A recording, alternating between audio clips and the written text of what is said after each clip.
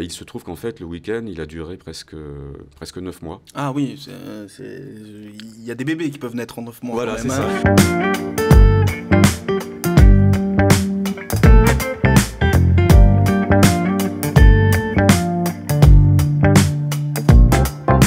Hugues, bonjour. Bonjour Pierre. Tu vas bien? Écoute, ça va pas mal. Bon, ça y est, c'est lancé, c'est parti. C'est parti. Voilà, Je suis prêt. t'es content? Moi, ça fait depuis hier soir, je pense à ce qu'on va faire aujourd'hui. Et ouais, je suis vraiment très très content, très excité à l'idée déjà de discuter, d'échanger avec toi aujourd'hui, de présenter l'activité de la société dont on va parler dans quelques minutes. Bah oui, et en plus, ce qu'il y a de drôle, c'est bon, qu'aujourd'hui, tu es le gérant d'une société qui fait de l'informatique. Donc, bon, pour le rappeler, et on le voit un peu de partout là, parce qu'on a un peu customisé ce mur. Donc, tu es le gérant de Tonal System qui fait donc dans l'informatique. Mais quand on s'est rencontrés, pour la première fois, quand tu es venu donc ici à Spelonca, au coworking, tu t'es présenté comme étant le premier ingénieur du son de Vosges. Et donc, Vosges, pour rappel, c'est, je dirais, l'endroit qui représente un peu Festivosges, et donc le festival qui y a autour de la polyphonie, de la musique un peu traditionnelle, ou aussi l'éditorium de Pigne, donc Pigne en Haute-Corse, en Balagne. Et donc, tu étais le premier ingénieur du son donc, de Vosges. Et donc, moi, la première question, c'est comment on passe d'ingénieur du son à maintenant avoir une société qui fait dans l'informatique. En fait, c'est une double compétence que j'ai toujours travaillé et, fait évoluer. Je suis monté en compétence en parallèle depuis le début de mon activité professionnelle. J'ai commencé à travailler donc, dans les studios parisiens en tant qu'ingénieur du son. J'ai eu l'occasion de rencontrer un grand nombre d'artistes, essentiellement dans le domaine de la variété, mais aussi de la musique de film et de la musique de publicité. Et par ce biais, donc, j'ai eu l'occasion de découvrir la Corse au début des années 90.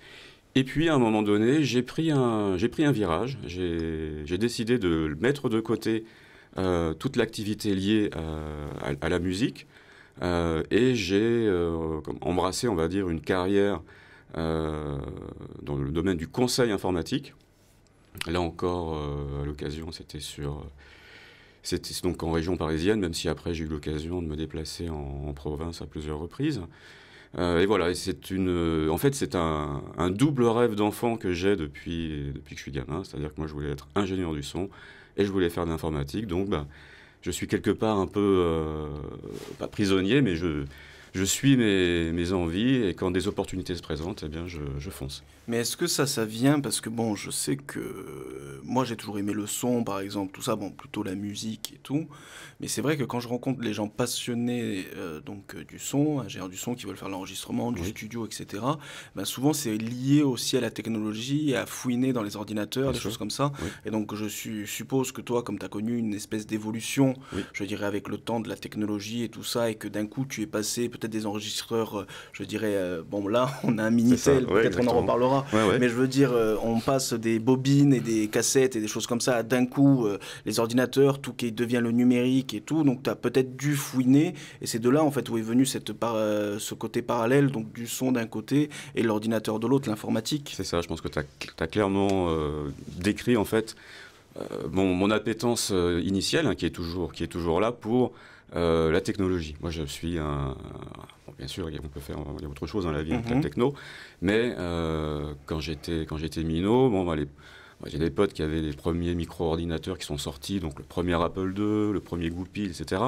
Donc très très tôt, j'ai été confronté à l'apparition, tu viens d'évoquer le Minitel, qui est une invention révolutionnaire pour l'époque, hein, avec laquelle on a joué, avec laquelle on a fait des tas de blagues, et à l'époque, on pouvait utiliser le Minitel pour commander son billet de train. Enfin, c'était vraiment un truc un petit peu cher pour l'époque déjà, mais super intéressant. Et ce que tu viens de dire aussi, effectivement, j'ai eu l'occasion depuis les années 80 d'utiliser des enregistreurs, on va dire des magnétophones à bande, des magnétophones à cassette, et puis de voir la technologie évoluer et de basculer finalement du monde full analogique au monde full numérique, puisqu'aujourd'hui, on est en train de filmer, d'enregistrer, et tout ça, c'est du numérique, c'est du digital.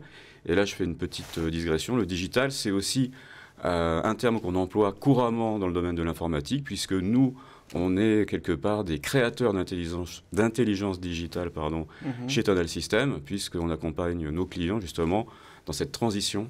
Alors eux, ils n'étaient pas dans le mode analogique, puisqu'il y avait déjà des ordinateurs. Tu es quelqu'un de très corporate, parce que c'est quand même le slogan de ton entreprise, tu as réussi à le caler sans que j'en parle. C'est ça, ouais. Tu connais vraiment, là, bon communicant, j'ai placé mon slogan, tout se passe bien et tout ça. Oui. Mais en fait, vraiment le truc, parce que bon, pas tout le monde, je veux dire... et aussi, je dirais, arrive à mener de front, je dirais, par exemple, ingénieur du son et informaticien. Donc, la passion, en fait, je pense que c'était quelqu'un vraiment de passionné et surtout de curieux, parce que si on n'a pas cette curiosité-là, tu n'aurais pas gratté et réussi, je dirais, de passer d'ingénieur du son à informaticien. Tout à fait, il y a beaucoup de curiosité. Moi, je suis intéressé par tout un tas de domaines, mais à un moment donné, il faut faire un choix. Je pense que deux domaines d'activité, c'est bien, et puis surtout... au-delà de la curiosité, il y a une volonté, en tout cas me concernant et avec les personnes avec lesquelles je travaille, c'est de rendre service aux autres. C'est-à-dire de faire en sorte, alors bien sûr si ce sont des clients, que les besoins qu'ils ont exprimés soient satisfaits. Mais pour moi, c'est vraiment un truc très important, c'est essayer de trouver là où les meilleures solutions que le client pourra choisir, et faire en sorte qu'il puisse avancer, travailler dans de meilleures conditions, avec des belles applications. Si c'est dans le domaine de l'enregistrement, sortir d'un projet avec une musique, en tout cas une ambiance qui satisfait pleinement. Voilà un peu la démarche qu'il y a derrière Tonal System. Mais merci pour toutes ces informations. Moi, le vrai truc, c'est qu'en fait, tu n'es pas né en Corse, tu n'as pas grandi ici, mais c'est comment tu es passé, ton parcours un peu, je dirais, on n'a pas besoin de repasser sur ta naissance, ton adolescence et tout ça, mais c'est en fait comment tu es arrivé en Corse, parce qu'en fait, tu es arrivé une fois, tu es reparti, après tu es revenu. Comment ça s'est passé un peu tout ça? Alors pour faire court, après avoir travaillé donc à Paris, dans le domaine de l'enregistrement sonore, de la production musicale, j'ai fait la connaissance d'un artiste qui a toujours une maison en Corse et qui m'a proposé de partir avec lui, de l'accompagner pour passer quelques jours, un gros week-end en Corse. Et il se trouve qu'en fait, le week-end, il a duré presque 9 mois. Ah oui, il y a des bébés qui peuvent naître en 9 mois. Voilà, c'est ça. C'est un bon week-end quand même. Voilà, ça a été le début de mon introduction, en tout cas, et la découverte de la Corse, et plus spécifiquement d'une région que j'affectionne particulièrement, qui est la Balagne, qui pour moi restera probablement là, ou en tout cas une des plus belles régions de Corse. Et puis un attachement aussi avec des personnes et des amitiés que j'ai pu lier ici, qui sont vraiment très fortes, et qui m'ont quelque part conduit, en tout cas poussé, à revenir à plusieurs reprises. Et là, donc plus récemment, il y a à peu près 2 ans et demi, où après avoir passé presque 7 ans au Pays Basque, je me suis dit qu'il était temps de venir retrouver mes potes. Et je le regrette absolument pas, parce qu'en fait, j'ai retrouvé mes potes, et puis je m'en suis fait de nouveaux, j'ai découvert de nouveaux endroits. Oui, c'est ça que je voulais en venir, c'est que là, pour expliquer un peu aux personnes qui regardent ou qui écoutent, c'est que, en fait, là, on est en train de tourner à l'espace de coworking communal de Speloncat, donc à Imagina Coworking Balagne, et donc, en fait, voilà, je voulais en venir à ça, c'est en fait comment, en fait, t'es arrivé à découvrir le coworking de Speloncat. Donc, en plus, c'est ton retour que tu voulais, comme tu viens d'expliquer, en Balagne, mais donc maintenant, c'est un peu pour expliquer pourquoi, on est là et on fait ça, quoi. Alors Speloncat, c'est un village dont j'entends parler depuis très longtemps, puisque depuis 2003, j'étais domicilié dans un village qui juste Speloncat, qui s'appelle Nech. Et alors je ne sais plus à quelle occasion, mais en discutant avec, je ne sais plus si c'était avec Jean-Michel, enfin, en gros, moi j'ai exprimé à un moment donné le besoin de trouver et de m'installer dans un espace de coworking. Pourquoi ? Parce qu'on pourra en revenir sur le sujet après, mais pour moi, un espace de coworking, quand on travaille dans le domaine, en tout cas, du service ou du numérique, c'est vraiment un endroit important où on peut faire la connaissance d'autres personnes, avoir une activité sociale, etc. Donc, j'ai découvert le coworking de Speloncat, Imagine un coworking, et puis j'y ai pris un bureau, et puis au bout de quelques semaines, j'ai entendu parler d'une opportunité aussi d'un appartement à louer. Donc voilà, maintenant je suis installé et pour vivre et pour travailler dans le village. C'est super parce qu'après, bon, bah, le fait est que nous aussi, donc, c'est un peu aussi expliquer pourquoi on fait cette interview, en fait, ce podcast, Oui. ces vidéos, ces réels, enfin, cette communication visuelle, audio et digitale, si on la fait donc à deux, c'est parce que aussi, donc, maintenant que tu es au coworking, et donc pour parler de cette synergie professionnelle, Oui. Moi, personnellement, je m'appelle donc Pierre Ridolfi, je suis le gérant de la SARL Pichoulet. J'ai une autre casquette, enfin plusieurs casquettes, donc je suis aussi élu à la commune de Speloncato et j'ai créé donc cet espace de coworking.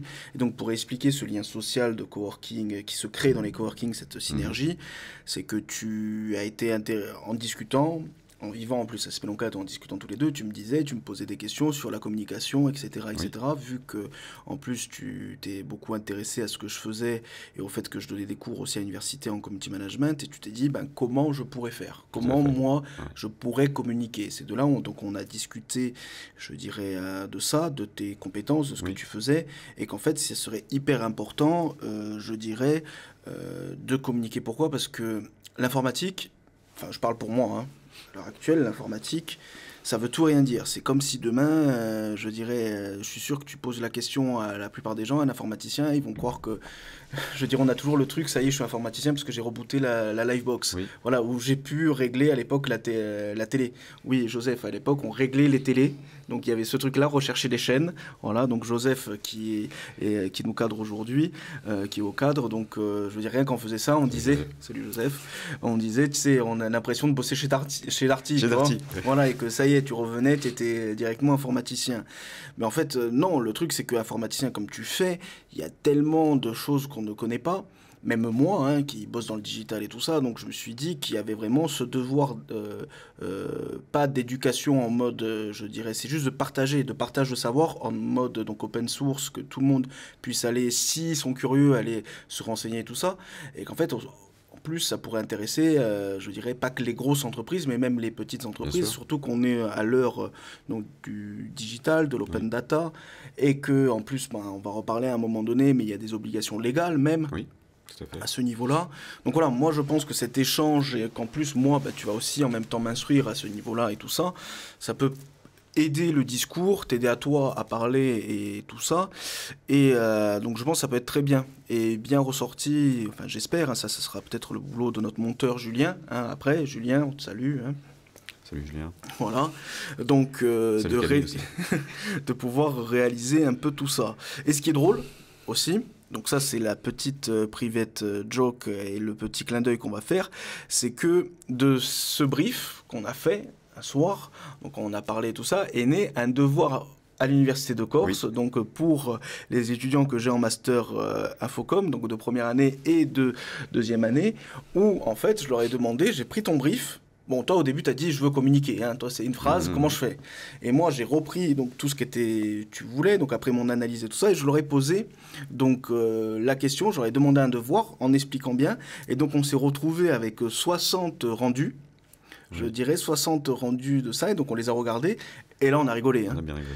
Toi, qu'est-ce que tu retiens un peu de ça, des rendus que je t'ai montrés? Bah écoute, ce que je retiens, c'est que... alors, j'ai une expérience en tant que formateur.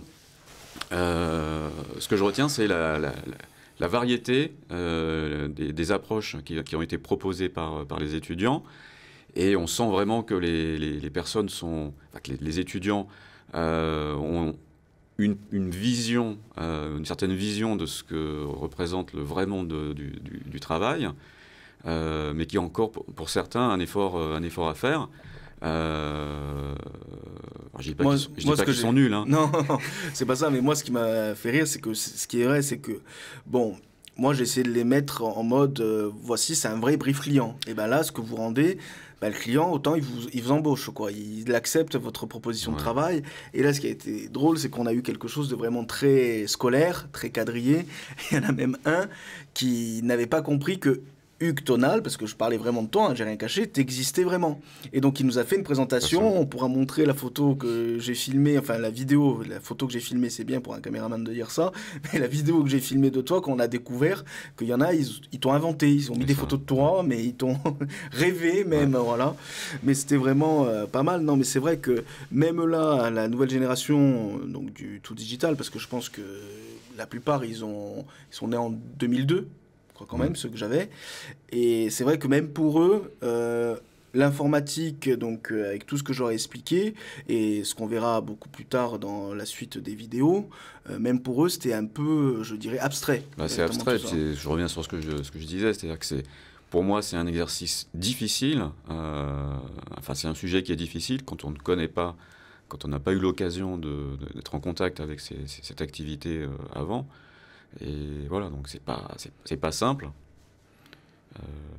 Disons que c'est pas rationnel de le comprendre dès le début. Oui, oui, voilà, oui. mais après, sinon, je veux dire, c'est comme, je veux dire, c'est sûr que demain, tu vas, le métier de boulanger, enfin de boulangère, tu rentres dans une boulangerie, tu as du pain, tu l'achètes et puis voilà, tu repars. Ben pareil, informaticien, toi, tu réponds à des problèmes, tu réponds à un service, à une demande autour de solutions, autour de l'informatique. Tout à fait. Et comme tu l'as dit toi-même tout à l'heure, l'informatique, c'est un domaine qui est tellement vaste qu'il y a des niches parfois dont personne n'a jamais entendu parler.